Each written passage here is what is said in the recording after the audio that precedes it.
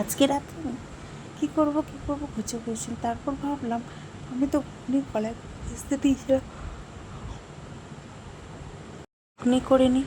তাই আমি কলাইগুলো একটা সিটি মেরে রেখে দিয়েছিলাম, কলাইয়ে আলুতে সিটি মেরে রেখে দিয়েছিলাম। আর এইদিকে কড়াইয়ে তেল দিয়ে দিয়েছি।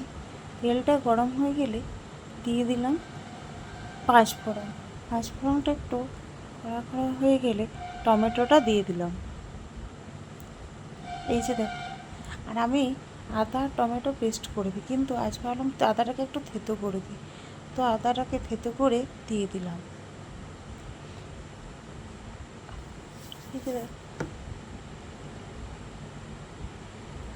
আজকে আমি ঘুগনিটা নিরামিষই রান্না করছি, কোনো কিছু পেঁয়াজ রসুন দিইনি। আর এইদিকে বাটিতে দেখো আমি মশলা নিয়ে নিয়েছি, জিরে গুঁড়ো, লঙ্কার গুঁড়ো, আর নিয়ে নিয়েছি মিক্স মশলা। তো এই যে টমেটোটা একটু সেদ্ধ করার জন্য আমি দিয়ে দিলাম জল, দিয়ে দিলাম একটু। এই যে দেখো, তারপর নাড়াচাড়া করব। টমেটোটা একটু ফুটতে দিয়ে দিলাম। টমেটোটা একটু ফুটে যাক, তারপর মশলাটা দিয়ে দেবো। দেখো, মাঝে মাঝে একবার করে নাড়াচাড়া করে দিচ্ছি। এই যে মশলাটা দিয়ে দিলাম, এখানে নুনও দেওয়া আছে, যাতে কলাইয়ে নুন আগেই দিয়েছি, কিন্তু তাও আবার টমেটোটাতে একটু নুন দিলাম যাতে টমেটোটা ভালো করে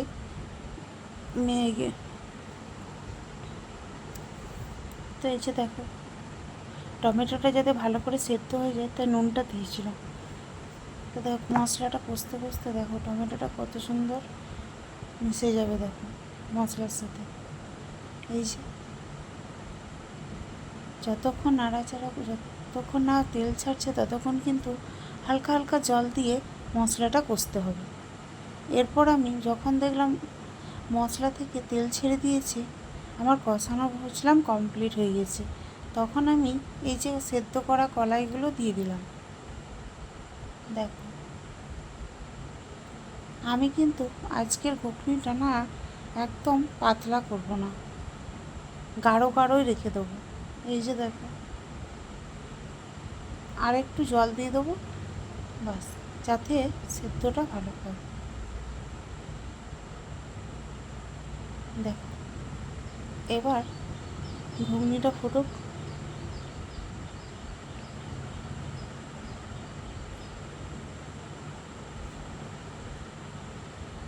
এই যে দেখো, তারপর গরম মশলা দিয়ে নামিয়ে নেব।